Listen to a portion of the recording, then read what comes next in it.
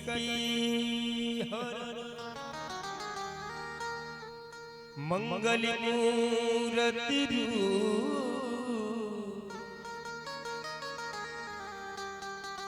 राम लखन सीता सहित हृदय बसु सुरभि सिया बरे रामचंद्र की जय पवन सुत हनुमान की जय।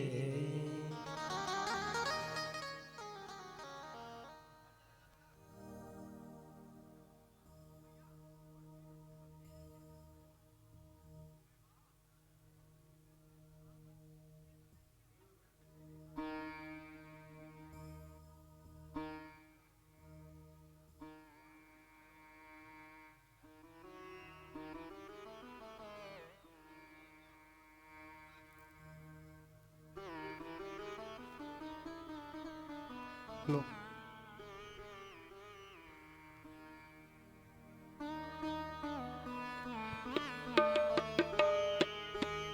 हरि ओम अपवित्रः पवित्रो वा सर्वावस्थां गतोऽपि वाया स्मरत् पुण्डरीकाक्षं सभायाभ्यन्तरः शुचि ओम पुण्डरीकाक्षः पुनात् केशवाय नमः नारायणाय नमः माधवाय नमः स्तोत्रच्छल्ल ऋषिकेशाय नमो नमः। हस्ते अच्छत पुष्पम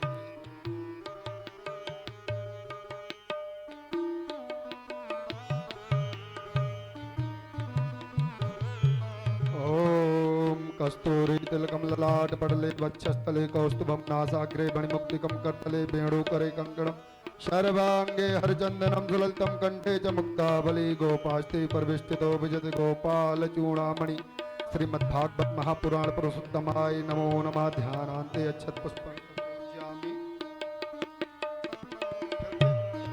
पुनः हस्ते अच्छत पुष्पं गृहीत्वा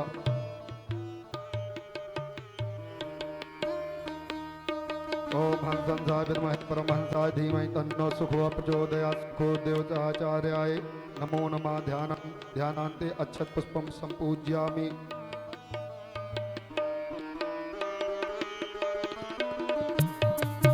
चंदनम ओम मां गंधर्वाग्निस्त्वां मिन्दस्त्वामोखदेशो त्वां चंदनम समर्पयामि। चंदनान्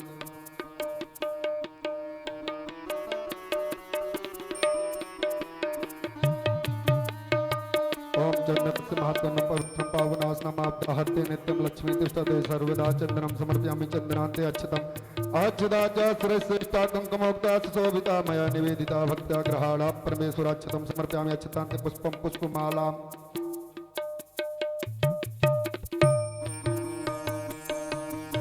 ओम माल्यादीनि सुगन्धीनि मालित्यादीनि मय प्रभुं माल्यायुधानि पुष्पाणि पूजार्थं प्रतिगृहीताम्। श्रीमद्भागवत महापुराण पुरुषोत्तमाय नमो नमः। पुष्पं पुष्पमालां समर्पयामि। नैवेद्यम्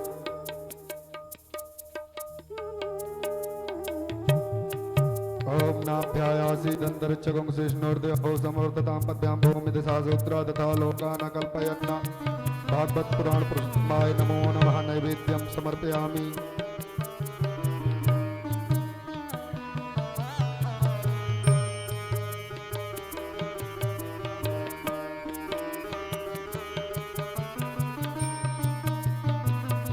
नैवेद्यान्ते आचमनी जलं समर्पयामि। ओम प्राणाय स्वाहा व्यानाय स्वाहा उदानाय स्वाहा समानाय स्वाहा मध्ये मध्ये आचमनी जलं समर्पयामि। ऋतुफलं समर्पयामि। ऋतुफलान्मुक्ताम्बूल पुंगीफलं समर्पयामि। परान्ते द्रव्यदक्षिणायां समर्पयामि। प्रार्थयेत हस्ते अच्छत पुष्पं गृहीत्वा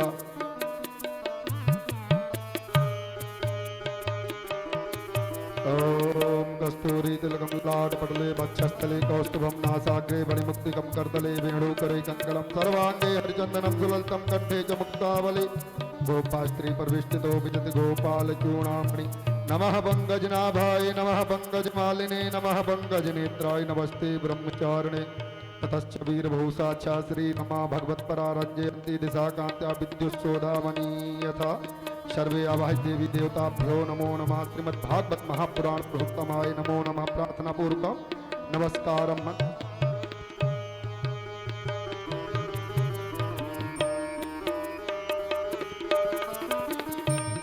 गुरुर्ब्रह्मा गुरुर्विष्णु गुरुर्देवो महेश्वरा गुरुर्साक्षात् परब्रह्म तस्मै श्री गुरुवे नमः।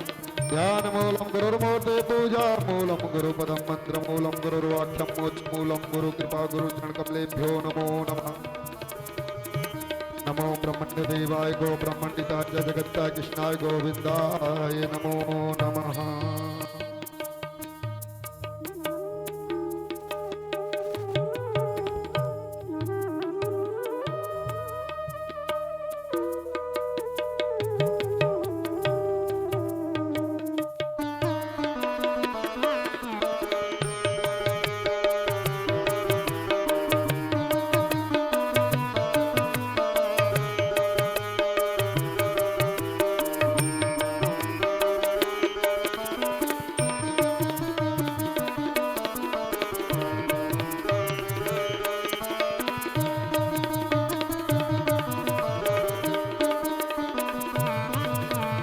ब्रह्मण्यदेवाय गो ब्रह्मण्डिताय जगत्ताय कृष्णाय गोविन्दाय नमो नमः।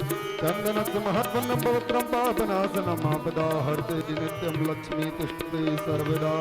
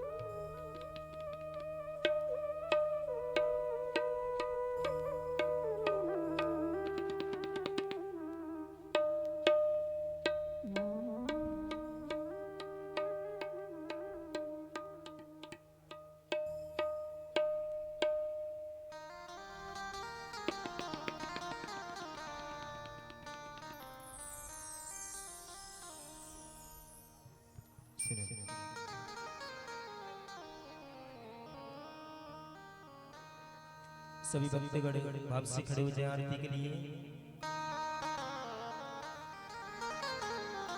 हरि ओम ज्वालामालिन्यै नमः रत्नेश्वरै नमः गन्धाक्षतपुष्पाणि सम्पूज्यामि।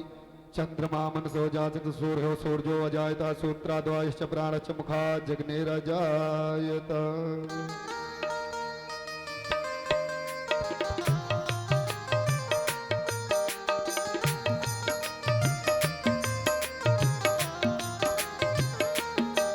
श्री भागवत भगवान की है आरती, पापियों को पाप से है तारती। भागवत भगवान की है आरती, पापियों को पाप से है तारती। श्री भागवत भगवान की है आरती, पापियों को पाप से है तारती। भागवत भगवान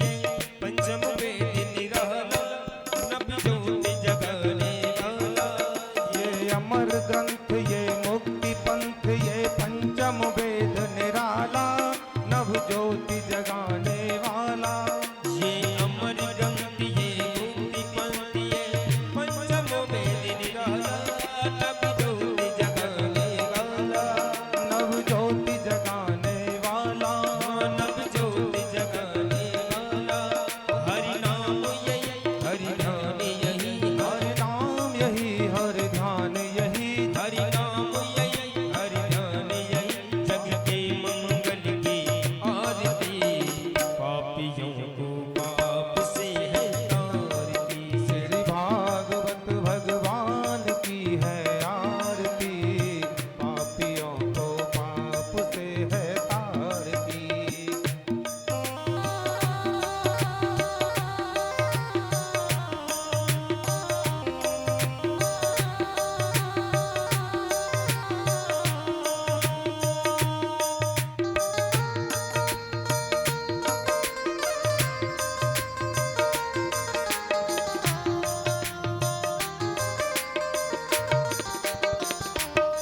ये शांति गीत पावन पुनीत पापों को मिटाने वाला, हरि दर्श कराने वाला, ये शांति गीत पावन पुनीत पापों को मिटाने वाला, हर दर्द कराने वाला। ये शांति गीत पावन पुनीत पापों को मिटाने वाला, हरि दर्श कराने वाला, हरि दर्श कराने वाला। ये सुख करणी ये दुख हरणी, ये सुख करणी ये दुख हरणी, श्री मधुसूदन की आरती, पापियों को पाप से है तारती। श्री भागवत भगवान की है आरती, पापियों को पाप से है तारती।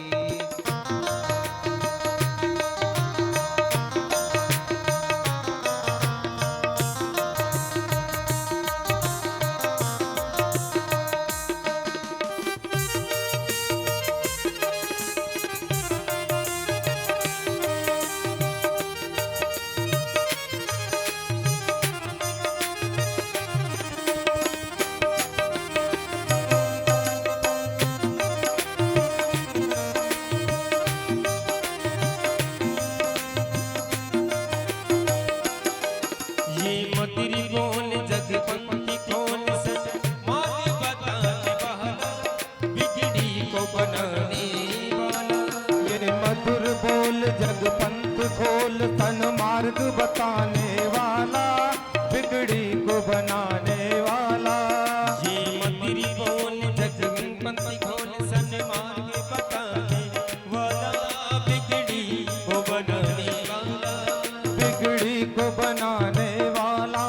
श्री राम यही, घनश्याम यही, मेरे राम यही, घनश्याम यही, प्रभु की महिमा की आरती, पापियों को पाप से है तारती। श्री भागवत भगवान की है आरती, पापियों को पाप से है तारती। श्री भागवत भगवान की है आरती, पापियों को पाप से है तारती। कर्पूर गौरम करुणावतारम संसार सारम भुजगेन्द्रहारम सदा वसंतम भवम भवानी सदा नमः। त्वमेव माता जगता त्वमेव, त्वमेव बन्धु सखा त्वमेव, त्वमेव वेद्या द्रवणं त्वमेव, त्वमेव नित्यं मम देवदेव। श्री भागवत भगवान की है आरती, पापियों को पाप से है तारती। श्री भागवत भगवान की आरती, पापियों को पाप से है तारती, पापियों को पाप से जलेन शीतलीकरणः ॐ द्यौः शान्तिरन्तरिक्षगुं शान्तिः पृथिवी शान्तिरापः शान्तिरोषधयः शान्तिः वनस्पतयः शान्तिर्विश्वे देवा शान्ति ब्रह्म शान्तिः सर्वभौम शान्तिः। शान्तिरेव शान्तिः सामा शान्तिरेधि। हस्ते अच्छत् पुष्पं गृहीत्वा मन्त्रपुष्पाञ्जलिः।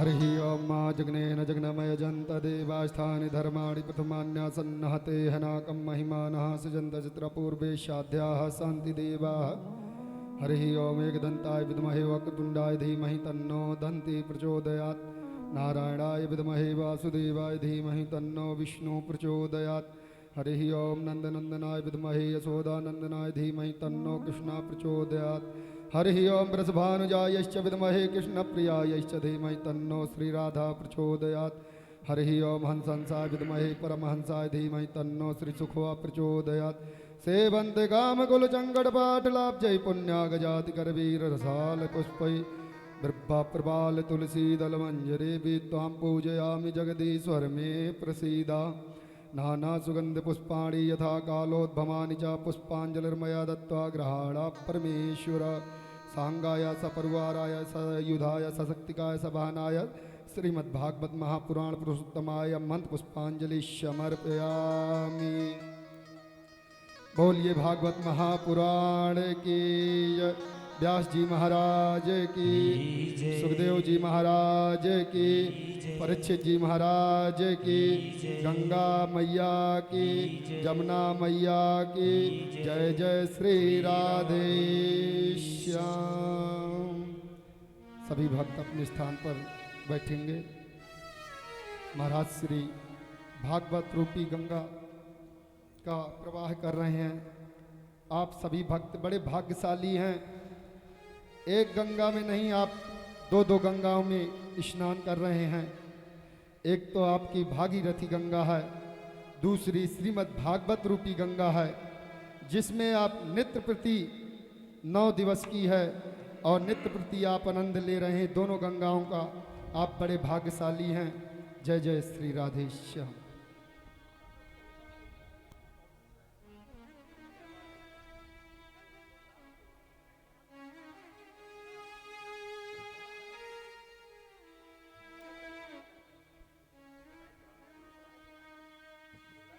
हेलो, बोलो वृंदावन बिहारी लाल की, राधा रानी सरकार की, श्री हनुमान जी महाराज की, शंकर भगवान की, गंगा मैया की, सती मैया की जय जय श्री राधे।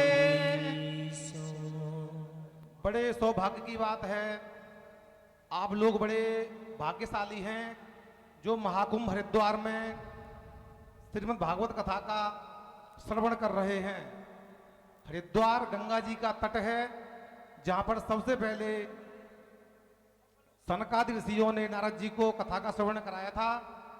तो यहां बैठ करके कथा का कई गुना फल आप लोग प्राप्त कर रहे हैं।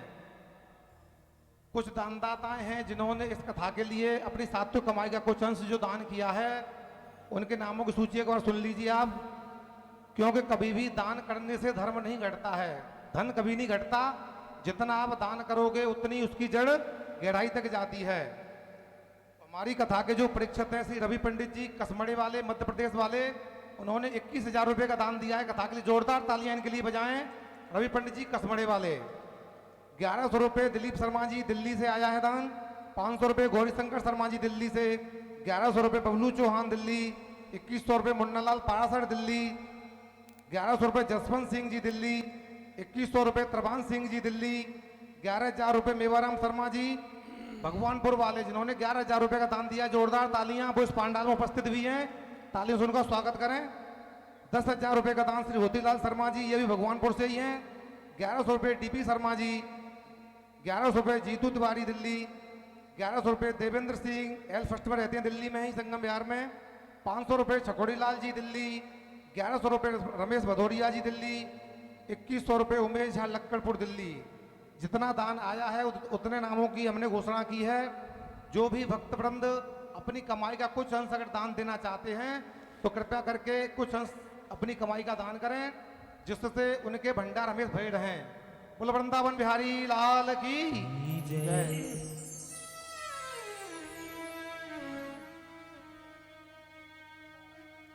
हेलो, श्री राधे, बेस बंद कर दो। हेलो, श्री राधे, श्री राधे। हरि ओम।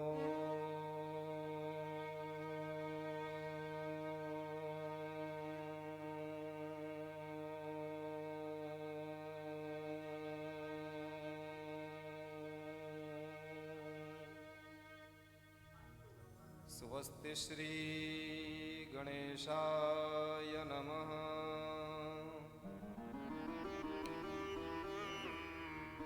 ओम श्री सरस्वत्यै नमः। ओम श्री गुरुचरण कमलेभ्यो नमः। ओम श्री सती देव्यै नमः।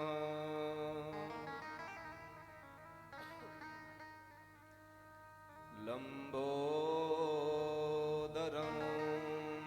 परमसुन्दरमेकदन्तं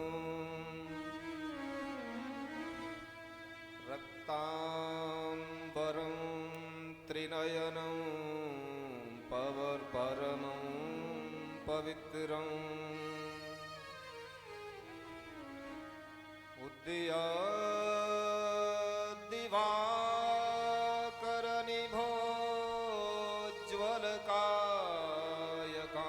उद्याद्दिवाकरनिभोज्ज्वलकायकान्तं विघ्नेश्वरं सकलविघ्नहरं नमामि।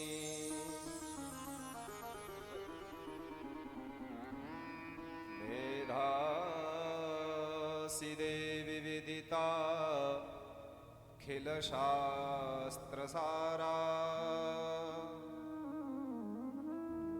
दुर्गासि दुर्गभवसागरनौरसङ्गा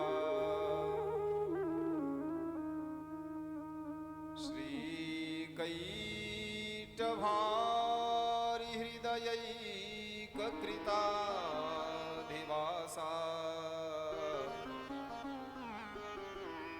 गौरी त्वमेव शशिमौलिकृतप्रतिष्ठा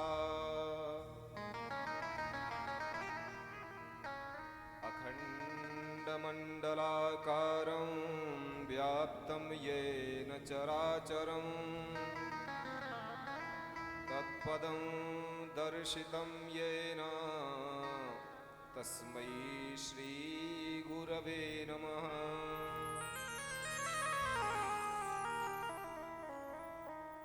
नारायणं नमस्कृत्य नरं चैव नरोत्तमं देवीं सरस्वती व्यासं ततो जयमुदीरये।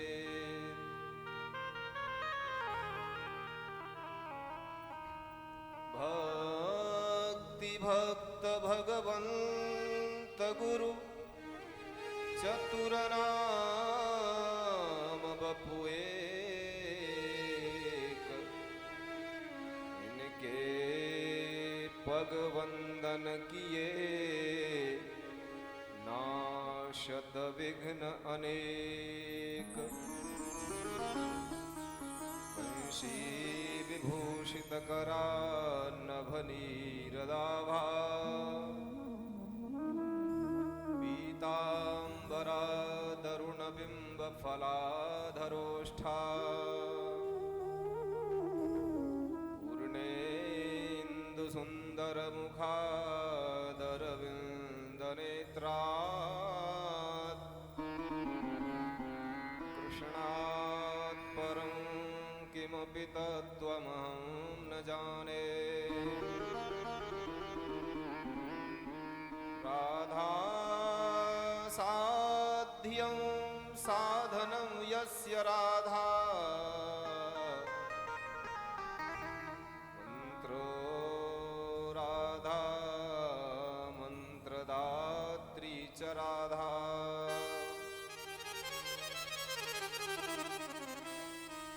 सर्वं राधा जीवनं यस्य राधा राधा तस्य शेषम् वृंदावन सो वन नहीं और नंदगाम सो गाम, बंशी वट सौ वट नहीं श्री कृष्ण नाम सो नाम। राधा मेरी स्वामिनी मैं राधे को दास, जन्म जन्म मोहि दीजियो श्री वृंदावन वास।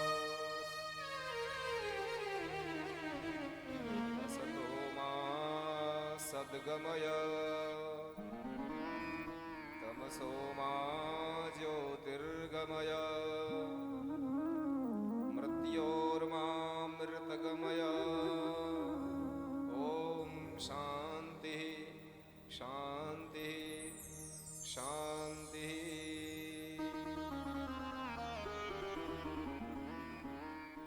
बोलिए बांके बिहारी लाल की जय, श्रीमद् भागवत महापुराण की जय सद्गुरुदेव भगवान की जय, सती मैया की जय, गंगा मैया की जय, मनसा देवी मैया की जय, चंडी देवी मैया की जय, श्री हरिद्वार धाम की जय, श्री वृंदावन धाम की जय, श्री व्यास जी महाराज की जय, श्री सुखदेव जी महाराज की जय, श्री मौनी बाबा गुरु महाराज की जय, श्री महंत जी महाराज की जय, जय जय श्री राम।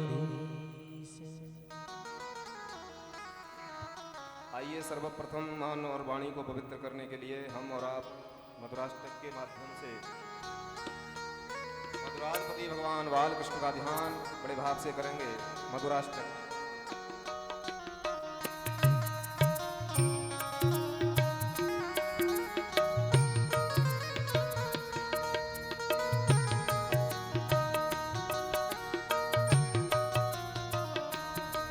अधरं मधुरं वदनं मधुरं नयनं मधुरं हसितं मधुरं अधीरं मधुरं वदनं मधुरं नयनं मधुरं हसितं मधुरं हृदयं मधुरं गमनं मधुरं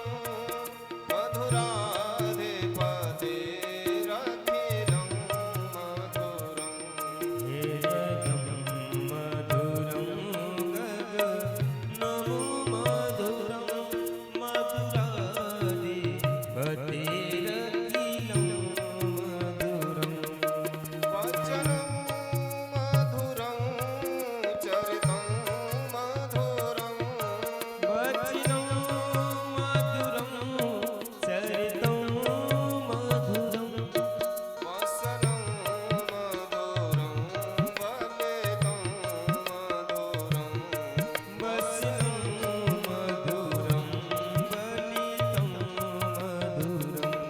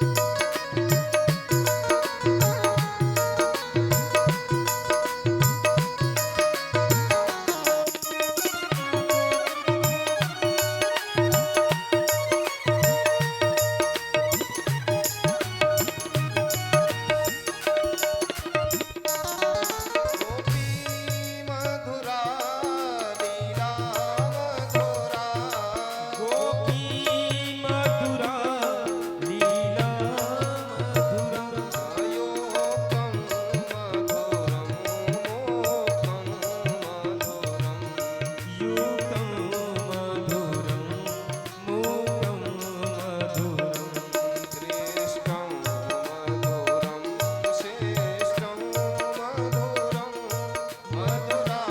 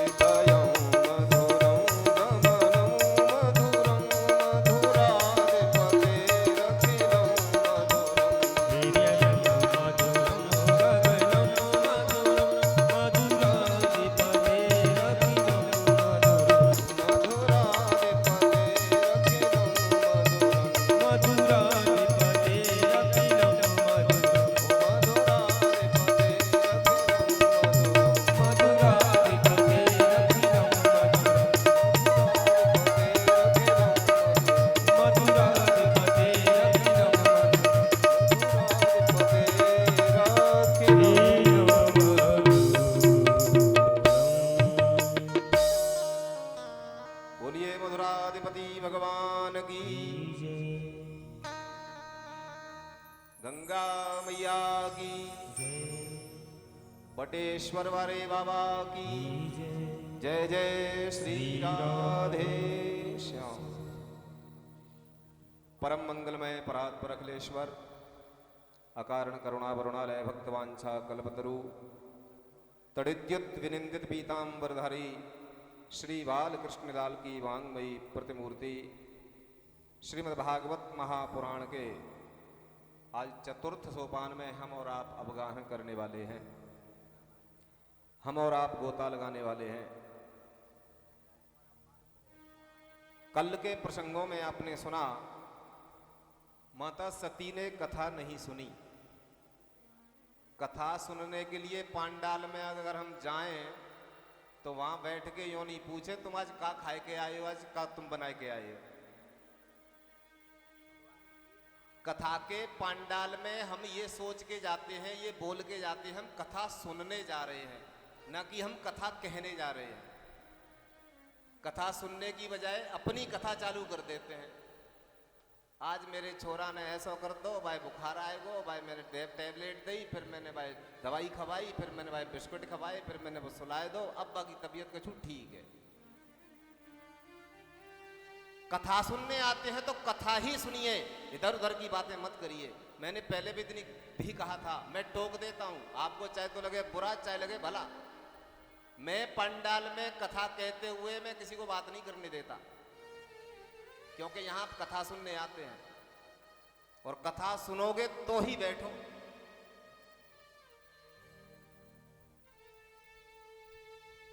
मैया सती भगवान शंकर के साथ कथा सुनने गई और मन में क्या आया, भगवान शंकर का पूजन किया अगस्त ऋषि ने। क्यों पूजन किया? क्योंकि भगवान महादेव हैं, भगवान भोलेनाथ, भगवान शंकर हैं और कथा सुनने आए हैं तो मुझे पूजन करना चाहिए। अगस्त ऋषि ने पूजन किया और माता सती ने समझ लिया ये मेरे पति की पूजा कर रहा है, ये क्या कथा सुनाएगा। माता सती ने अर्थ अगस्त ऋषि के द्वारा किए हुए पूजन का अर्थ गलत लगा लिया। माता सती ने ये क्या कथा सुनाएगा, ये तो मेरे पति का पूजन कर रहा है, ये तो मेरे पति से डर गया, कहीं कुछ पूछ न लें, कहीं कुछ मांग न लें। गलत बात है। जब हम कथा सुनने आए हो तो हम कथा सुने। हम यहां कथा सुनने के लिए श्रोता बन के बैठे। श्रोता 3 तरह के होते हैं। एक होते हैं श्रोता, दूसरे होते हैं सरोता और तीसरे होते हैं सोता। पहले श्रोता तो आप सब समझ गए होंगे, आप सब बहुत होशियार हैं। जो तो आपकी मानता है कि मुझे यहां ऊपर चौकी पर बैठा के चौकीदार बना दिया है, आप तो जमीन पे बैठे जमींदार हैं सब, आप महान हैं, ये आपकी महानता है। एक होता है श्रोता। श्रोता का लक्षण होता है कि कथा शुरू होने से 10-15 मिनट पहले आकर के आसन लगाए और एकाग्र चित्त होकर कथा सुने और अंत में प्रसाद लेकर के भगवान के गुणों का गुणानुवाद करता हुआ अपने स्थान पर जाए। ये श्रोता के लक्षण है। दूसरा होता है सरोता। सरोता तो आप जानते ही हैं क्या करता है, सुपारी काटता है। यहां आकर के पंडाल में गर्मी ज्यादा है, ये पंडाल थोड़ा वाटर प्रूफ होता तो ज्यादा बढ़िया रहता। कथावाचक भी ऐसा ही लग रहा है, छोटा मोटा सा।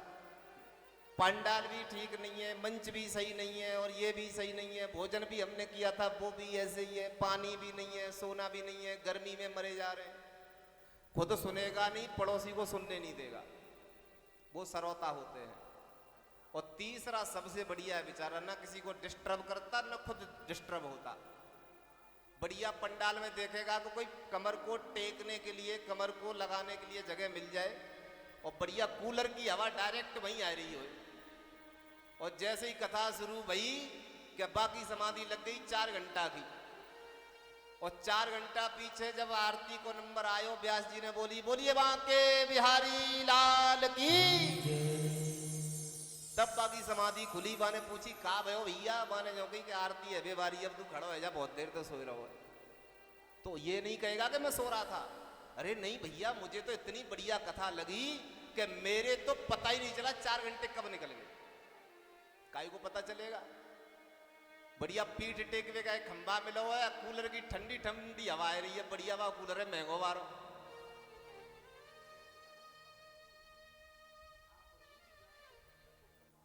काय को डिस्टर्ब होगा। तो मेरी प्रार्थना यह है कि आप लोग सरोता और सोता नहीं, श्रोता बने। माता सती ने कथा नहीं सुनी, और माता सती ने कथा नहीं सुनी तो फिर परिणाम आपने कल सुना, भगवान शंकर ने माता सती को त्याग दिया।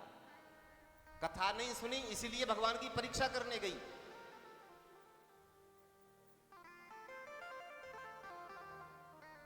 पति की बात नहीं मानी, और जो पति की बात नहीं मानता तो क्या होता है पता है? कल्याण न होए बा नारी को जो पति की बात न माने। कल्याण न होए बा नारी को जो पति की बात न माने। कल्याण न होए बा नारी को जो पति की बात न माने। जो पति की बात न माने, जो पति की बात न माने, जो पति की बात न माने, जो पति की बात न माने, ओ जो पति की बात न माने, जो पति की बात न माने, जो पति की बात न माने, जो पति की बात न माने। होए कल्याण न होए बा नारी को जो पति की बात न माने। कल्याण न होए बा नारी को जो पति की बात न माने।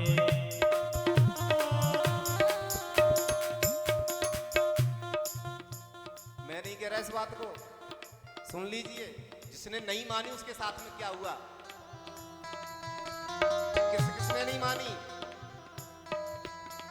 सती ने पति की बात न मानी, सती ने पति की बात न मानी, सती ने पति की बात न मानी, सती ने पति की बात न मानी। ओ राम को जाचन चले सयानी, राम को जाचन चली सयानी, ओह राम को जाचन चले सयानी, राम को जाचन चली सयानी। रूप धर लियो जनक दुलारी, को जो पति की बात न माने, कल्याण न होएगा नारी को जो पति की बात न माने।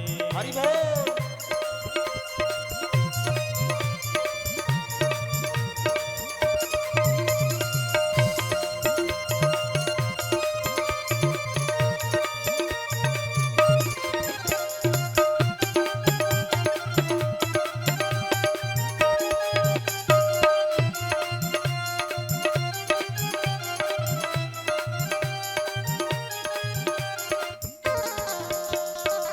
क्या बात नहीं मानी? कौन सी बात नहीं मानी सती मैया ने? भगवान शंकर कह रहे हैं ये भगवान है, माता सती कह रही है ये तो अपनी पत्नी के लिए रो रहे हैं, ये काहे के भगवान? ये भगवान नहीं हो सकते।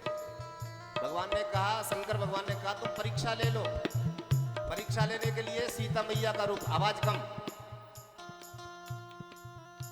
सती मैया ने परीक्षा लेने के लिए रूप माता सीता का धारण किया, और सीता का रूप धारण किया तो लक्ष्मण जी ने पहचान लिया और प्रभु से कहा, प्रभु ये मैया उमा ये कैसे बैठी है जानकी के वेश में? राम जी ने पहचान लिया, प्रणाम किया, और प्रणाम करके जैसे पूछा भगवान शंकर कहाँ हैं, तो क्या कहती है माता सती? जय हो। रोवन लगी राम के आगे, रोवन लगी राम के आगे, रोवन लगी राम के आगे, रोवन लगी राम के आगे। प्रभु पहचान कहनयो लागे, अब पहचान कहने लागे, ओ प्रभु पहचान कहनयो लागे। प्रभु पहचान कहने लागे। क्या कहा? कहाँ छोड़ो है त्रिपुरारी को जो पति की बात न माने, कल्याण न होएगा नारी को जो पति की बात न माने। हरि बोल।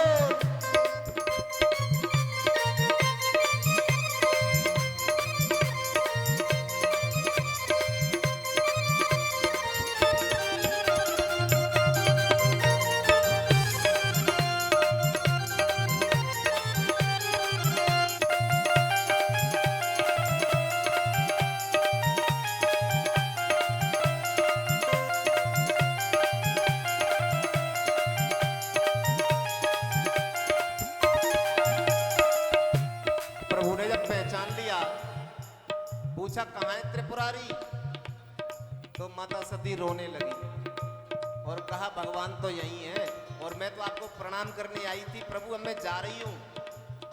तो भगवान राम बोले प्रसाद तो ले जाओ, ऐसी कहाँ जा रही हो? तो जैसे ही चली तो क्या हुआ?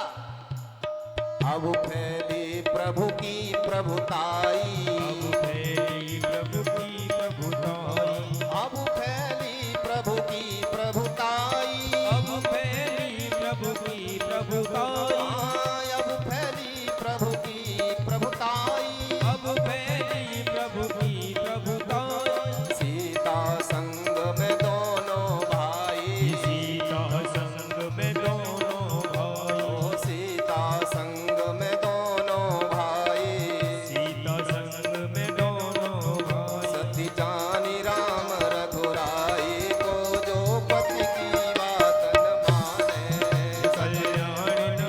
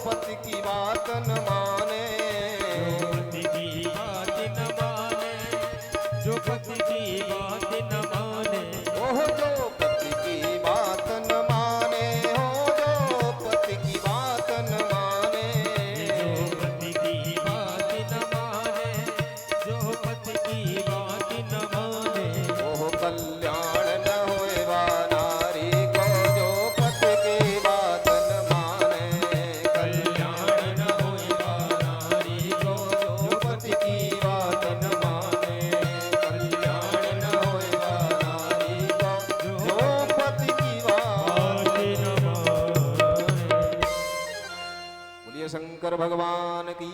जय। माता सती ने बात नहीं मानी, परिणाम बहुत भयंकर हुआ। अपने पिता के यहाँ यज्ञ में जाकर के देहोत्सर्ग किया। भगवान शंकर ने एक गण को भेजा, वीरभद्र को, पूरा दक्ष यज्ञ विध्वंस किया। आप लोग कितने भाग्यशाली हैं कि भगवान शंकर यहीं पास में ही आए थे, यहीं बगल में ही मंदिर है वो, ये कनखल जगह है। इसी जगह पर तो प्रजापति दक्ष ने यज्ञ किया था, और इसी जगह पर माता सती आई थी, और इसी जगह पर भगवान शंकर आए थे, और इसी जगह पर ब्रह्मा विष्णु सब जितने देवता हैं वो सब आए थे, और अभी भी आए हैं। अभी भी कुंभ के महापर्व में सभी देवता, सभी ऋषि मुनि यहाँ घूम रहे हैं। वो हमारे भाग्य के ऊपर डिपेंड करता है, हमारी कितनी पात्रता है, हमारा कितना लेवल है जो हम उनसे मिल सकें, हम उनके दर्शन कर सकें। ये हमारी श्रद्धा के ऊपर डिपेंड करता है। अगर हम क्रोध में तबला चढ़ाई बैठे हैं तो हमें दर्शन न हरे कहू बाऊ के, संतन के तो छोड़ दो। हम अगर जो बैठे हम करोड़पति हैं, हम खरबपति अरबपति हैं, तो हमें कुछ भी नहीं होगा, ना कोई फायदा होगा, न किसी के दर्शन होंगे। और श्रद्धा से बैठेंगे अकिंचन बन करके। आप एक बात देखिए, सूत जी महाराज छोटे से हैं, 16 वर्ष के हैं, और शौनक जी जो 88,000 ऋषि हैं वो हजारों हजारों साल उनकी उम्र है। लेकिन सूत जी से कथा सुनने जब बैठते हैं तो ऐसा लगता है मानो इन्हें कुछ आता ही नहीं, ये कुछ जानते ही नहीं।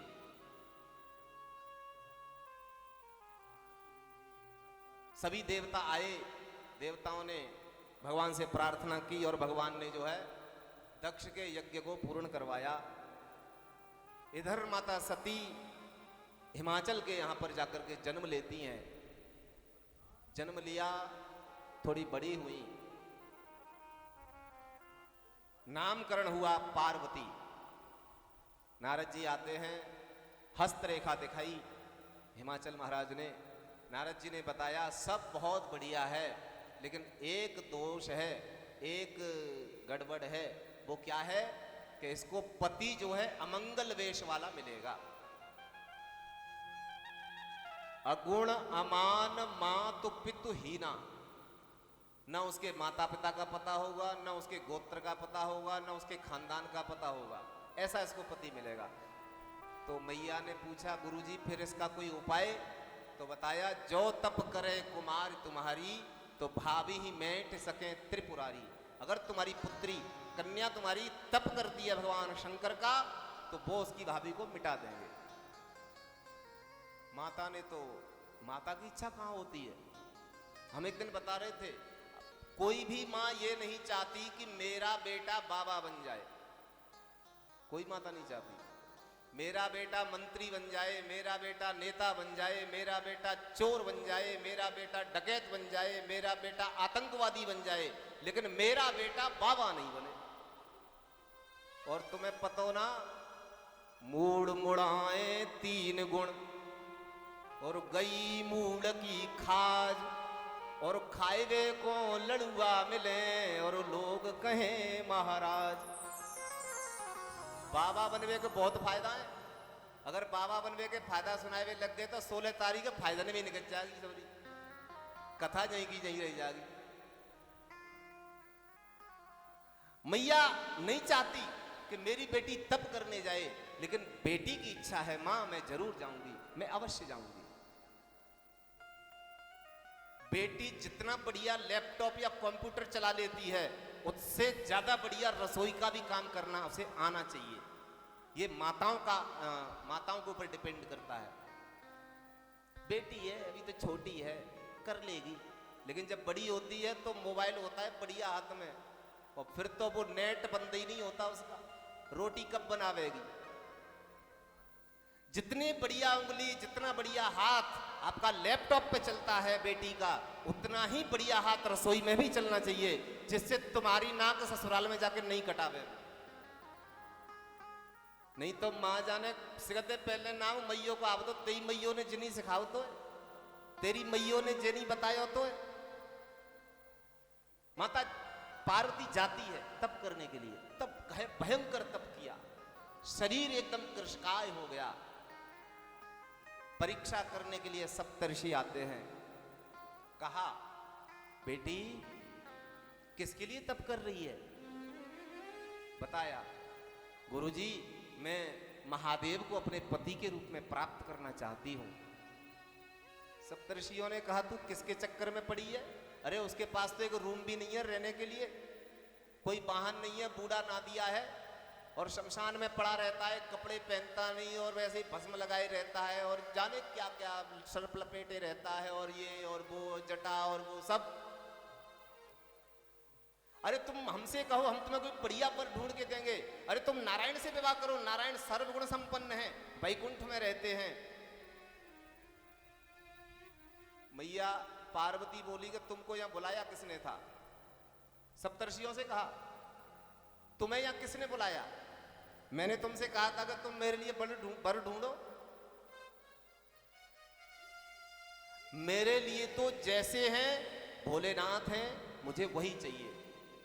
और एक बात कह दी, कोटि जन्म लगी रगर हमारी, ओ पर हूं शंभु न तरहूं कुंवारी।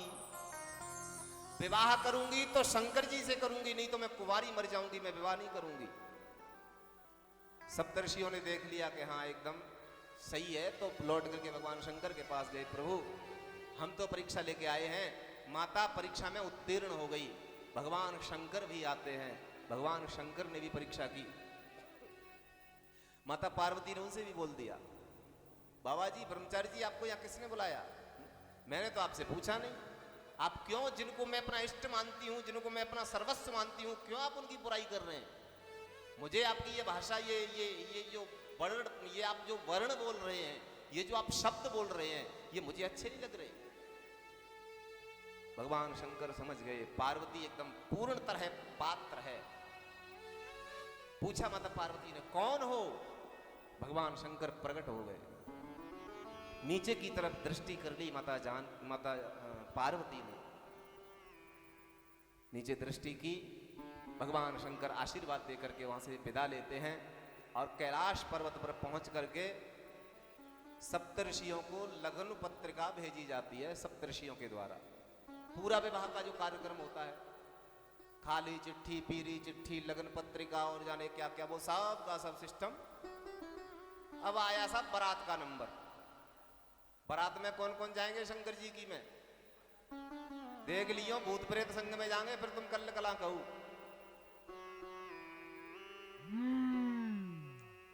भगवान शंकर आज दूल्हा बन रहे हैं और भगवान के गण उन्हें सजा रहे हैं। कैसे सजा रहे हैं? अब गण ये तो जानते हैं कि जब दूल्हा बनाया जाता है तो उसके शरीर पे कुछ मला जाता है। अब इतना नहीं पता गणों को काला मला जाता है कि पीला मला जाता है कि सफेद मला जाता है, और कुछ मला जाता है। तो गण गए दौड़ के और एक शमशान में से बढ़िया बढ़िया गरम गरम भस्म लेके आए और भगवान के ऊपर लगाने लगे। भगवान शंकर बोले, क्या कर रहे हो तुम? गण बोले, आज तुम चुपचाप बैठे रहो, आज हम तुम्हें दूल्हा बना रहे हैं, आज तुम बोलोगे नहीं, आज हम जो भी श्रृंगार करेंगे उसी से आपको खुश होना है, प्रसन्न होना है। भगवान बोले, ठीक है, बढ़िया, भस्म लगाई। अब एक गया दौड़ के और जाकर के कटोरी, टोकरी जो है सर्पों की भर के ले आया। कोई इतने बड़े, कोई इतने बड़े, कोई इतने बड़े, कोई ऐसे लंबे, कोई तो कान में लटका दिए, कोई गले में, कोई जूड़ा में, कोई बाजूबंद, कोई कलाई में। अब कलाई का भी पता है, कलाई में कुछ बांधा जाता है। अब क्या बांधा जाता है? उसमें पोटली होती है। पोटली में क्या होता है माताएं जानती हैं इस बात को, और तो कोई जानता नहीं। अब गण बेचारे कहां से जाने, तो उन्होंने एक सर्प लिया बढ़िया पीले कलर का और लगा करके उसमें उसको कर दिया, ऐसे ही बैठे रहना, जाना मत कहीं, ठीक है। भगवान शंकर कह रहे हैं, तुम कर क्या रहे हो? अरे प्रभु, आप दूल्हा बन के विवाह करने जा रहे हो, पता नहीं? भगवान शंकर का श्रृंगार कर रहे हैं। सभी गण मिलकर के बड़े भाव के साथ में करते हैं। आइए। शिव हे शंभो गण करहि सिंगारा, जटा मुकुट हे मोर संवारा। शिव ही शंभु गण करहि सिंगारा, जटा मुकुट कहि मोर सवारा।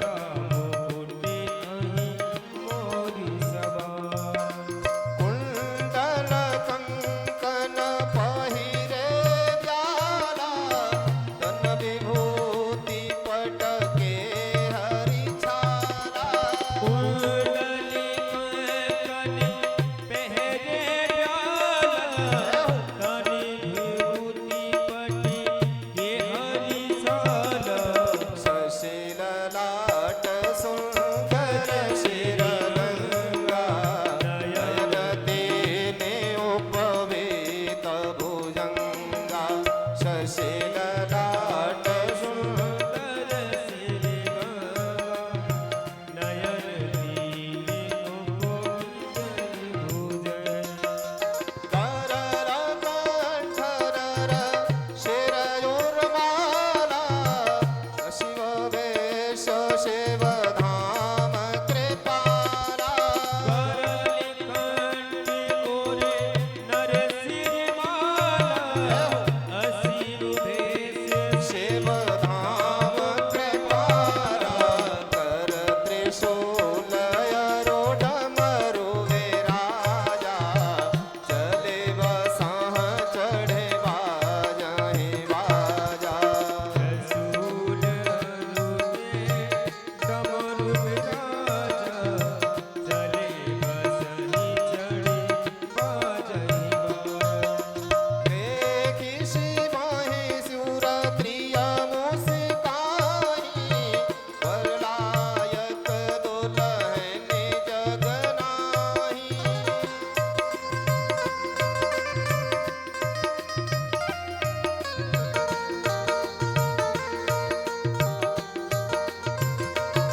शिवाहि शंभुधन करहि सिंगारा जटा मुकुट अहि मोर संवारा शिवाहि शंभुधन करहि सिंगारा जटा मुकुट अहि मोर संवारा शिवाहि शंभुधन करहि सिंगारा जटा मुकुट अहि मोर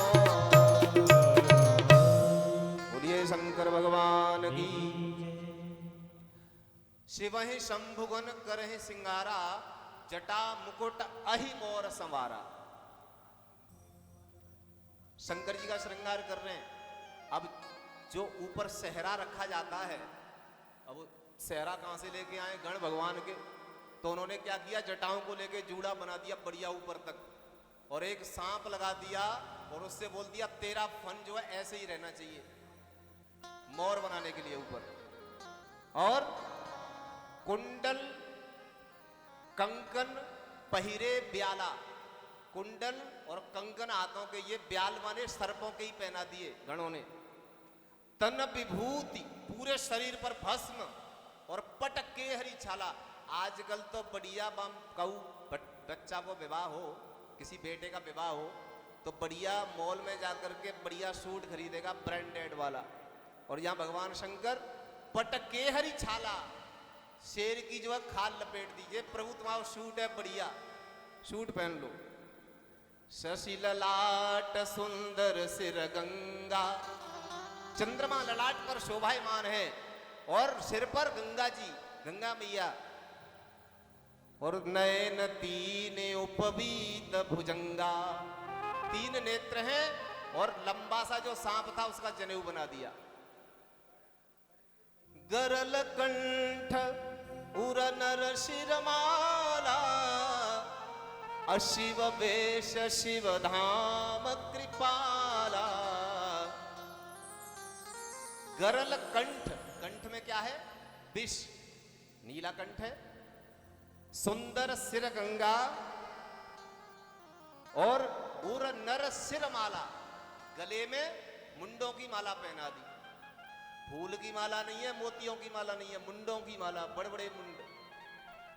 और अशिव वेश, अशिव वेश है, अशिव माने अकल्याण, वेश तो अमंगल है, लेकिन शिव धाम कृपाला, भगवान शंकर तो कल्याण करने वाले हैं।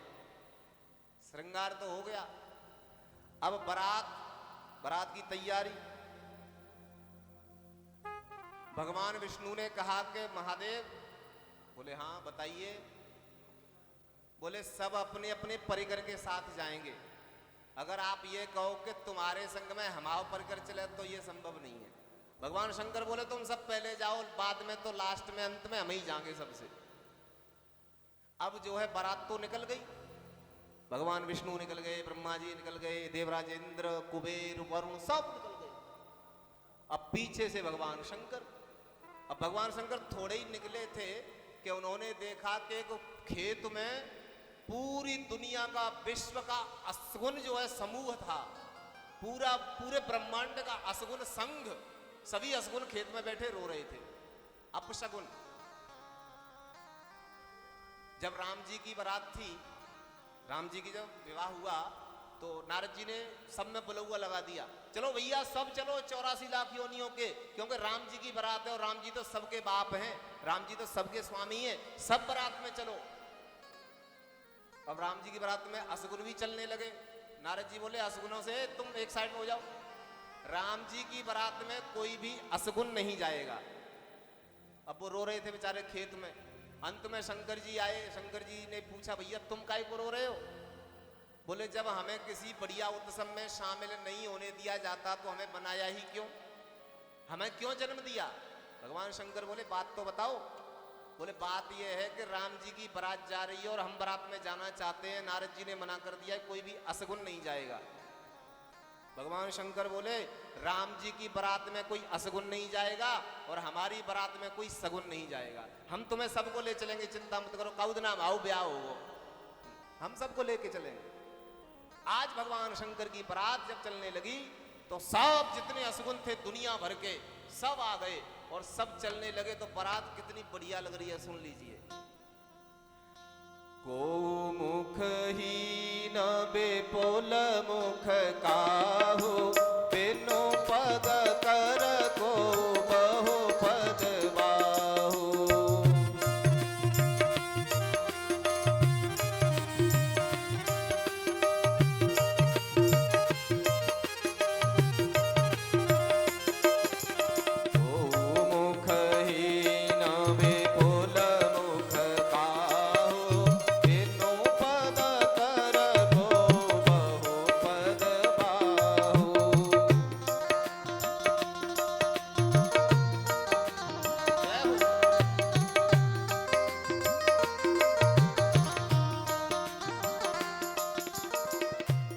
कैसी बारात है? को मुखहीन। कोई कोई तो ऐसा है कि ऊपर वाला जो सिस्टम है वो है ही नहीं, यहां से नीचे का पूरा है और यहां से ऊपर का बिल्कुल भी नहीं है। और कोई ऐसा है इतने मुंह है कि गिनने में ही नहीं आ रहे कितने हैं, इतने मुंह हैं। सुनिए आवाज कम। इतने मुंह हैं कि जब बारात वहां पहुंची हिमाचल के नगरी में और पंगत जब बैठी परोसने के लिए तो सबसे पहले पत्तल वाला आया। और पत्तल वाला आया तो उसने देखा कि इसका तो मुंह नहीं है, पहले आगे खड़ा हुआ, फिर पीछे गया, इधर मुंह हो शायद, उधर भी नहीं है, अब इधर आया, इधर मुंह हो, अब कहीं भी मुंह नहीं है। तो उस अब ये सिस्टम नहीं है, उसी में अंदर से आवाज आई, बोले मुंह किधर भी हो तू तो पत्तल रख। वो तो बेचारा पत्तल छोड़ के ही भाग गया। किसी के इतने मुंह हैं कि वो ये सोच रहा है कि पत्तल एक रखूं कि हर मुंह के लिए अलग अलग रखूं, क्या करें? कोई ऐसा है को बिनु पग कर, न तो पैर है न हाथ है, या कंधे से लेकर के और कमर तक का सिस्टम है, बस हाथ पैर नहीं है। और को बहुपद बाहु, किसी के इतने हाथ पैर है कि गिनने में नहीं आ रहे। और कैसे हैं? हरि बोल।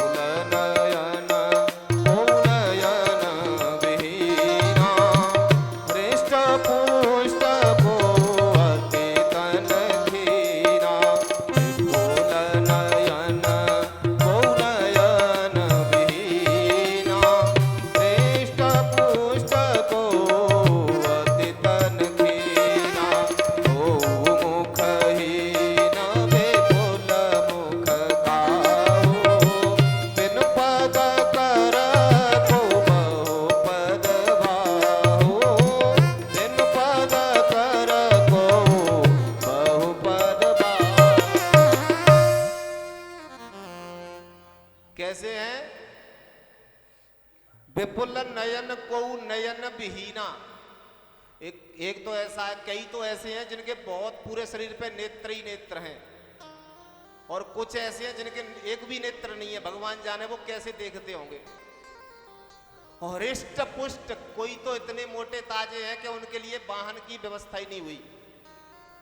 काऊ गाड़ी में नहीं आए वे, 10 चक्का 16 चक्का 20 चक्का ट्रक जितने आते थे सब फेल है गए। उनके शरीर के सामने कोई भी वाहन सेट हुआ ही नहीं। और को अति तनक हीना, कोई ऐसा है कि दूसरा उसे पकड़ के चल रहा है, कहीं हवा का झोंका है तो उड़ ना जाए, वो दूसरा लेके चल रहा है। कैसे हैं? तनखीन को अति पीन पावन को अपावन गति धरे भूषण कराल कपाल कर सब सहसोनित तन भरे हर स्वान सुअर श्रीकाल मुख गण पेशय गणित को गरे बहुजीन सप्रेत पिशाच जोगे जमात वरनत नहीं बरे हाँ जमात वरनत नहीं बरे हाँ जमात वरनत नहीं। अब शंकर जी की बारात चल रही है साहब। भगवान विष्णु, बाकी जितने देवता थे सब चले गए, पीछे से भगवान शंकर की बारात। अब सुन लो, नादिया का मुंह है आगे की तरफ, ऐसे ही तो जाएगा नादिया, और भगवान शंकर बैठे हैं इधर मुंह करके, पूछ की तरफ मुंह करके भगवान शंकर बैठे हैं। और पूरे भूत प्रेत पिशाच डाकिनी सागनी सब चीखते चिल्लाते और नाचते हुए दौड़ते हुए जा रहे हैं भयंकर तरह से। अब ऐसा होता है कि नगर में अगर बारात जाए तो बूढ़े बूढ़े दादा चश्मा लगाए के और हाथ में डंडा लेके द्वार पे खड़े हो जाते हैं गांव के बाहर, चलो हम बारात को स्वागत करेंगे। अब सबसे पहले भगवान विष्णु का परिकर आया, सबसे पहले भगवान नारायण आए। भगवान नारायण को देख करके बुढ़े बोले, वृद्ध बोले, भैया हम तो यूं सोच रहे कि हिमाचल तो बहुत मूर्ख है लेकिन बहुत होशियार है, देखो तो देखो कितना बढ़िया दूल्हा ढूंढा है अपनी बेटी के लिए। एक पड़ोस में खड़ा था, वो बोला पहले पूछ तो ले दूल्हा यही है कि कोई और है।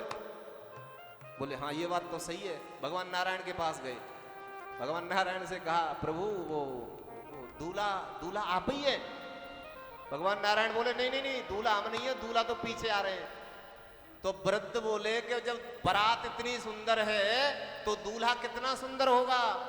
भगवान विष्णु धीरे से बोले दूल्हा इतना सुंदर है कि तुम सबके सब एक एक कफन की व्यवस्था कर लेना, क्योंकि दूल्हा के दर्शन करने के बाद हो सकता है कि तुम्हें भाई की जरूरत पड़ेगी। चले गए। देवराज इंद्र आए, इंद्र से पूछा दूल्हा भैया? ना ना दूल्हा तो पीछे। सब निकल गए। अब भगवान शंकर की बारात आई, और जैसे ही बारात आई चीखती चिल्लाती तो बाबा को चश्मा कहूं और डंडा कहूं और बाबा बाजे मारते, भैया दरवाजे बंद करो, खिड़की बंद करो, नगर में भूत, नगर में भूत। बच्चा जाके कह रहे भैया दरवाजे बंद कर, नगर में भूत। मैया बोली चुप रह जा, नहीं तो राजा हिमाचल जो है कारागार में डाल देंगे। अरे बोले कारागार में तो वो जागोते आज बचेगो, बारात ही ऐसी आई है। कैसी आई बारात? बहुत भयंकर बारात।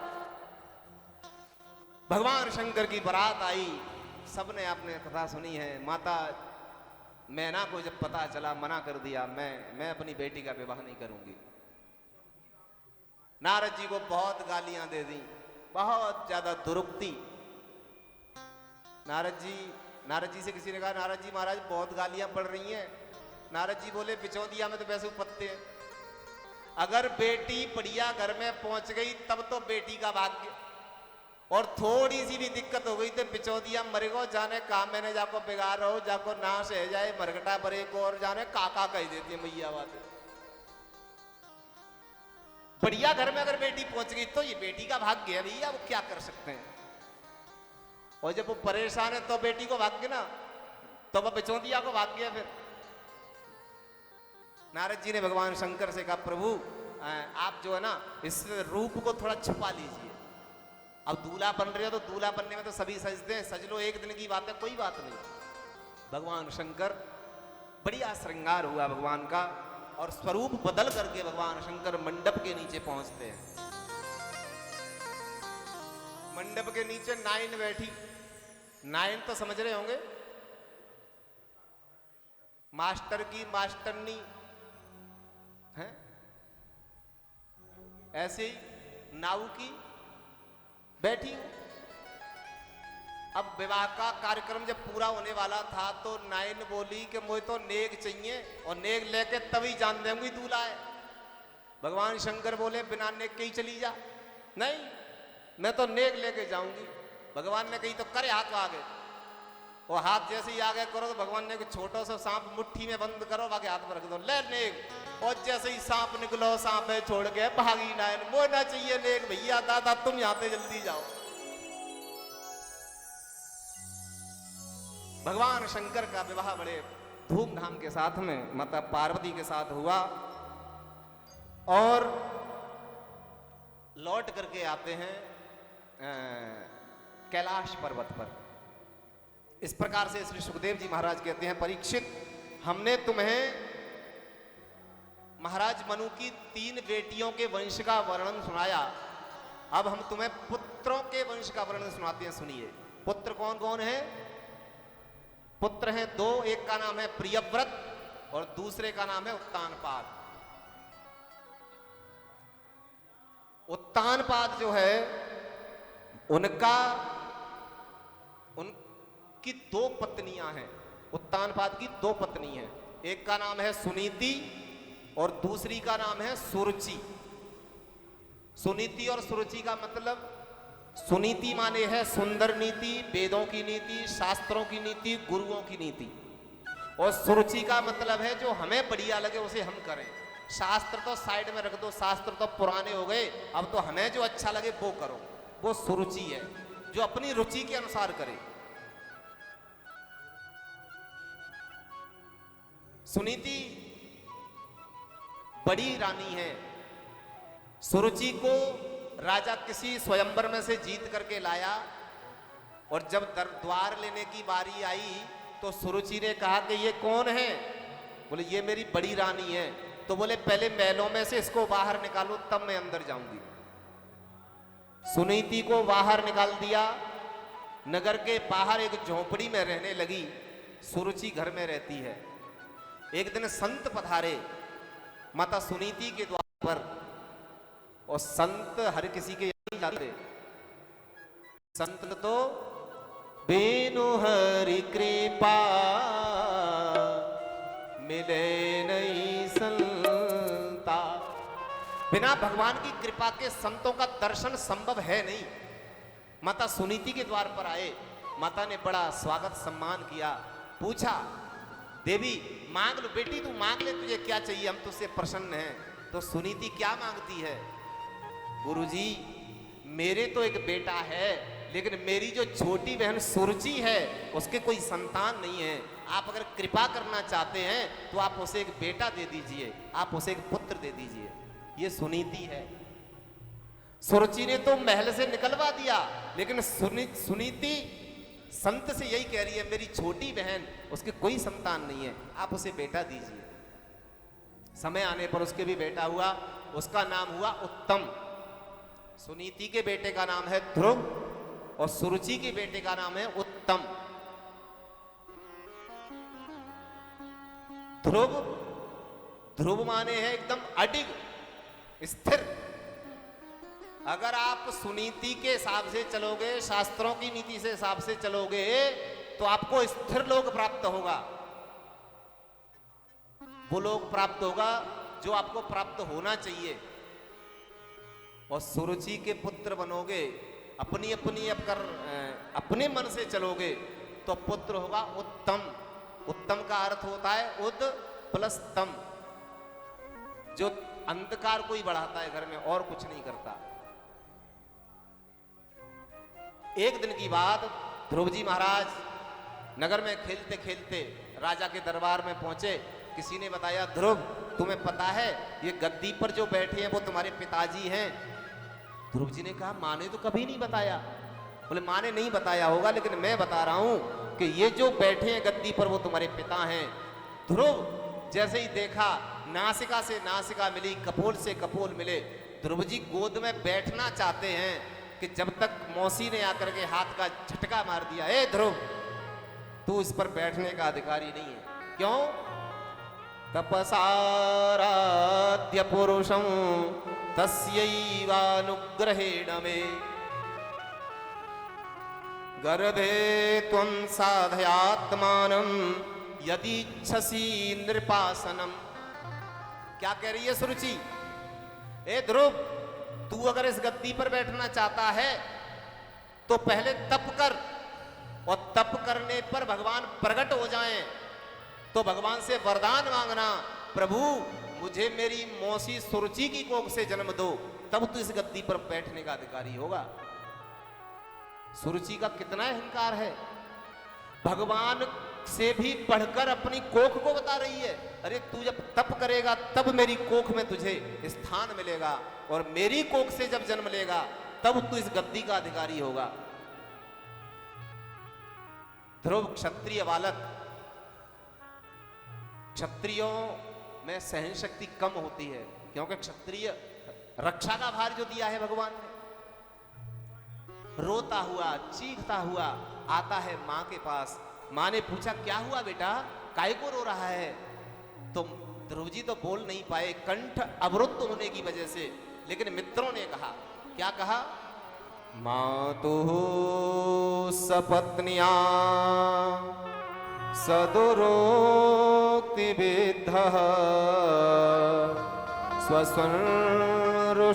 स्वसंरुषादण्डः तो यथा हि हित्वामिषन्तं पितरं सन्नवाचं जगाम मातुः प्ररुदन सकाशम। भैया, ध्रुव को ध्रुव की मौसी ने झटका दे करके हटा दिया जब ये पिता की गोद में बैठना चाहते थे, और कहा तू अभागा है, तू इस गद्दी पर बैठने लायक नहीं है। तो माता सुनीति क्या कहती है? बेटा सही तो कहा तेरी मौसी ने, तेरी बेमाता ने सही कहा कि तू तो अभागा ही है। तू अभागा नहीं होता तो महलों में रहता। और सुन, तू बोलता था ना रोज, मैया मेरे पिताजी कौन हैं, मैया मेरे पिताजी कहाँ हैं। देख, मैंने तुझे कभी तेरे पिता का परिचय नहीं करा पाया, लेकिन तेरी मौसी ने तो तुझे परम पिता का परिचय करा दिया। उसने कह दिया, तपसाराध्य पुरुषम तस्या तस्यैवानुग्रहेण में। तू जा भगवान का तप करने के लिए। बेटा एक बात ध्यान रखना, कभी भी किसी से ईर्ष्या करके कोई काम मत करना।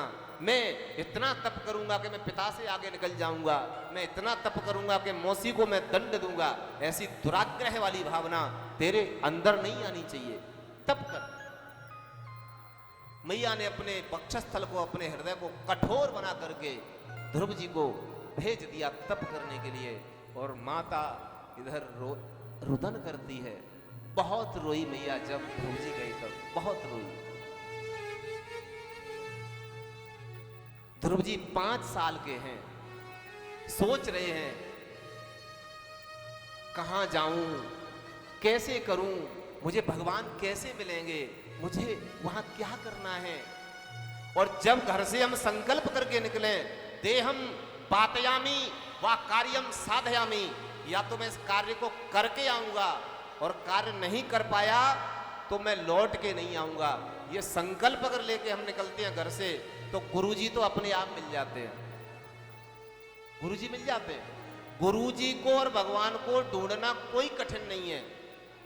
बात अपनी श्रद्धा की है, हमारे अंदर कितनी पात्रता है, हमारे अंदर कितना आकर्षण है गुरु और भगवान के प्रति। जैसे ही ध्रुव जी आगे चले, नारद बाबा मिल गए। नारद जी ने पूछा, बेटा आप कौन हो? प्रणाम किया ध्रुव जी ने। जो भी संत ब्राह्मण गुरुजन हमारे हमसे बड़े जब भी दरवाजे पर आए तो जरूर आप लोग अपने पुत्रों को बोलो, अपनी संतान को बोलो कि उनको प्रणाम करें। प्रणाम करने के बहुत फायदे हैं। प्रणाम किया ध्रुव जी ने गुरु जी को। प्रणाम करके कहा, गुरु जी मैं राजा उत्तानपाद का बेटा ध्रुव हूं। अच्छा बेटा कहां जा रहे हो? मैं भगवान को ढूंढने जा रहा हूं। क्यों? पूरी घटना बताई। मैं अपने पिताजी की गोद में बैठना चाह रहा था, मेरी मौसी ने झटका लगा करके, झटका मार करके मुझे दूर कर दिया, तो मैं उस गद्दी पर बैठने के लिए मैं भगवान का तप करने जा रहा हूं।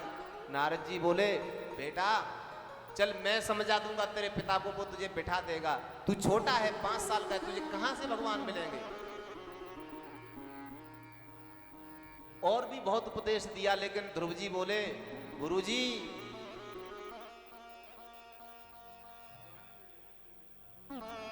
गुरुजी आपके उपदेश तो बहुत अच्छे हैं, लेकिन मेरा जो हृदय है वो मेरी मौसी के वाणी के बाणों से छलनी हो गया है। मेरी मौसी ने ऐसी अपनी वाणी के बाण चलाए हैं कि मेरा हृदय छलनी हो गया है। तो आपके ये अमृत रूपी शब्द उस छलनी में टिक नहीं रहे, उस छलनी में रुक नहीं रहे।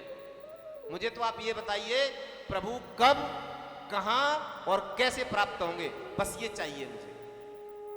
नारद जी ने खूब ठोक पीट के देख लिया, चेला पक्का है। बताया फिर, ध्रुव मैं तुझे एक मंत्र देता हूं, द्वादशाक्षर मंत्र। द्वादशाक्षर मंत्र का तुम जप करना, त्रिकाल संध्या करना, 3 समय तक यमुना में स्नान करना। मथुरा के पास में एक जगह है मधुबन, वहां जाकर के एक टीला है, उस पर बैठ करके तुम तप करना। द्वादशाक्षर मंत्र कौन सा है आप लोग बोलें तो हम बताएं, और अगर ऐसे ही बैठे हों तो फिर आगे चलें। बोलोगे? ठीक है, बोलेंगे आप सभी लोग, आवाज आनी चाहिए।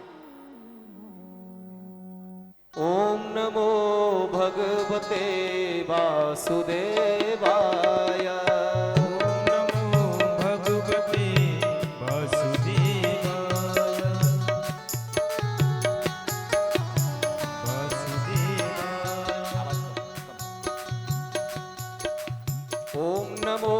भगवते वासुदेवाय।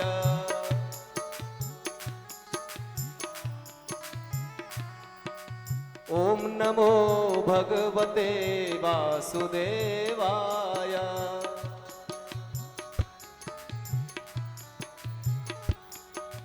वासुदेवाय मेरो वासुदेवाय।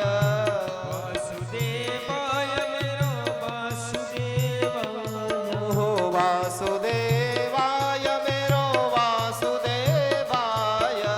वासुदेवाय मेरो वासुदेवाय। बोलो ओम नमो भगवते वासुदेवाय। ओम नमो भगवते वासुदेवाय।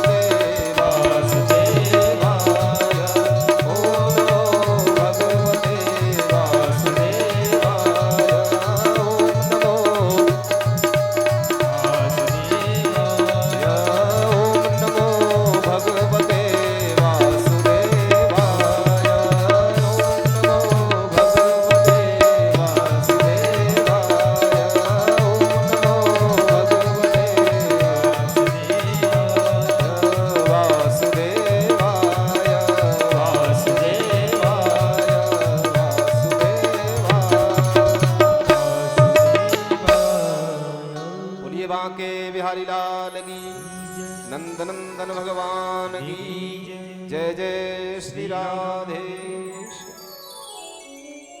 श्री नारद जी महाराज ने द्वादशाक्षर मंत्र का उपदेश श्री ध्रुव जी महाराज को दिया। ध्रुव जी महाराज 5 साल के हैं और तप करने के लिए निकल पड़े। विष्णु पुराण में एक कथा आती है कि ध्रुव जी महाराज को भगवान की प्राप्ति पिछले ही जन्म में हो जाती। पिछले जन्म में ध्रुव जी महाराज एक बहुत उच्च कोटि के संत थे। विष्णु पुराण में कथा आई है। तो जंगल में रहते थे। जंगल में जब रहते थे तो भगवान बस गोद में लेने ही वाले थे इनको। इनका तप पूर्ण हो चुका था, केवल 5 वर्ष शेष रह गया था, भगवान आने ही वाले थे। इतने में क्या हुआ कि एक राजा की सवारी उस जंगल में होते हुए निकली। और राजा की सवारी निकली तो ध्रुव जी के मन में, जो पहले जन्म के ध्रुव जी थे, उनके मन में विचार आया कि मैं भी अगर राजा का बेटा होता तो मेरी भी ऐसे ही शोभा यात्रा, कलश यात्रा निकल के जाती। तो भगवान नारायण ने कहा, अभी तो तुम्हारे मन में एक कीड़ा और है, उस कीड़े को पहले निकाल लो, उसके बाद मेरे पास आना, तब मैं तुम्हें स्वीकार करूंगा, तब मैं तुम्हें हृदयंगम करूंगा। इसलिए ध्रुव जी को दूसरा जन्म राजा उत्तानपाद के यहां लेना पड़ा। लोग कहते हैं कि तुलसीदास जी अपनी पत्नी के डांटने पर संत बन गए, और मैं ये कहता हूं कि पत्नी के डांटने पर अगर कोई संत बने तो आज घर घर में संत नजर आवे। हर घर में एक संत तो निकल ही आवे को ढूंढेंगे। तो पत्नी के डांटने से ही संत बन रहे हैं। तो अरे जब दीपक तैयार है, बत्ती तैयार है, सिर्फ चिंगारी लगाने की जरूरत है तो दीपक जलने लगेगा। संस्कार पहले से हैं, संस्कार पूर्व जन्म के हैं, तभी 5 वर्ष में भगवान प्राप्त हो गए। ध्रुव जी को उपदेश दिया। ध्रुव जी चलते हैं वहां से, और मधुबन में जाकर के, जैसे ही आप दिल्ली से आगरा वाले हाईवे पर चलेंगे तो मथुरा के पास में एक जगह पड़ती है, एक जय गुरुदेव बाबा का मंदिर है। उसके बगल में से रोड अंदर की तरफ है, वहां ध्रुव टीला है। वहां पर बैठ करके ध्रुव जी ने तप किया था। आज भी वहां भगवान विष्णु की प्रतिमा है, ध्रुव जी की प्रतिमा है। आप दर्शन जरूर करें, बहुत बढ़िया जगह, बहुत अच्छी जगह है। ध्रुव जी वहां त्रिकाल स्नान करते हैं, त्रिकाल संध्या करते हैं और तप शुरू करते हैं। पहले महीने में त्रात्रांते त्रात्रांते कपित्थपदराशनः, पहले महीने में 3 दिन के अंतराल पर कैथ और बेर के फल खाते हैं और 3 महीने की समाधि लगा जाते हैं। पहले महीने में 3 दिन की समाधि लगाते हैं। उसके बाद अगले महीने में 1 महीने तक ये ऐसा तप चला। 3 दिन तक समाधि लगाते हैं, चौथे दिन थोड़े से कैथ के, थोड़े से बेर के फल खा लिए, फिर 3 दिन की समाधि लग गई। पहला महीना ऐसे बीत गया। दूसरे महीने में नियम थोड़ा और कठोर कर दिया। फिर द्वितीयं च तथा मासं षष्ठे षष्ठेर्वको दिने, दूसरे महीने में थोड़ा जल पीते हैं और 6 दिन की समाधि लगा लेते हैं। जल पीते हैं बस, और कुछ नहीं। उसके बाद दूसरा महीना ऐसे बीत गया। अगला महीना आया तो अगले महीने में केवल पत्ते खाते हैं, वो भी सूखे जो जमीन पे गिर जाते हैं, और 9 दिन की समाधि लगा जाते हैं। 9 दिन की। ये महीना ऐसे बीत गया। अगला महीना आया तो केवल एक बार वायु का आहार करते हैं, एक बार श्वास लेते हैं और 12 दिन तक ऐसे ही समाधि में रहते हैं। 12 दिन बाद फिर एक बार श्वास लेते हैं, बस, और कुछ नहीं। और जब 6वां महीना आया तो जितश्वासो नृपात्मजः, 6वें महीने में तो ध्रुव जी ने श्वास को खींच लिया, फिर श्वास नहीं छोड़ी उन्होंने। और जब श्वास खींच ली तो इतनी एकाग्रता, इतनी तारतम्यता बन गई है भगवान में कि ध्रुव जी ने श्वास रोकी तो पूरे ब्रह्मांड की श्वास अवरुद्ध हो गई। पूरे ब्रह्मांड में किसी की भी श्वास नहीं चल रही।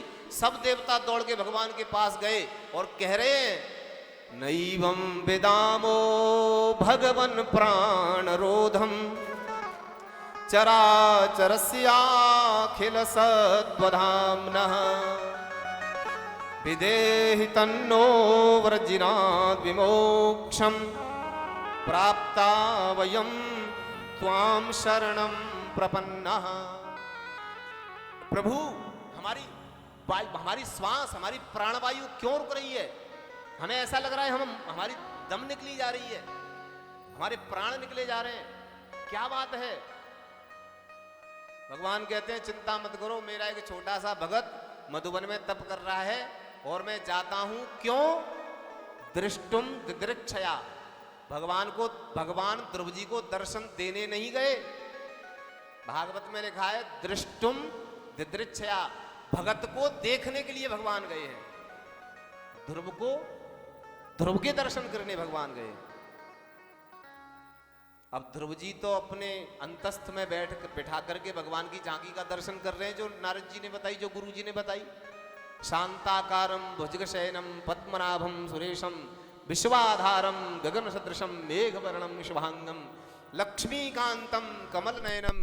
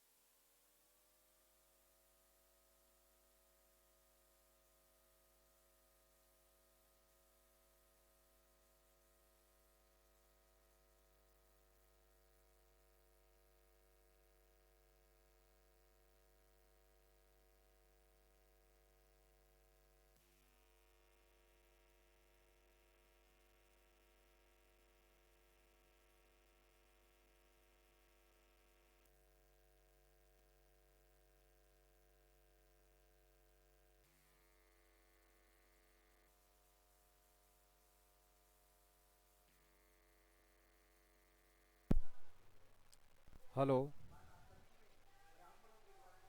श्री राधे, राधे राधे। हेलो, ये मॉनिटर चालू है, ये दोनों।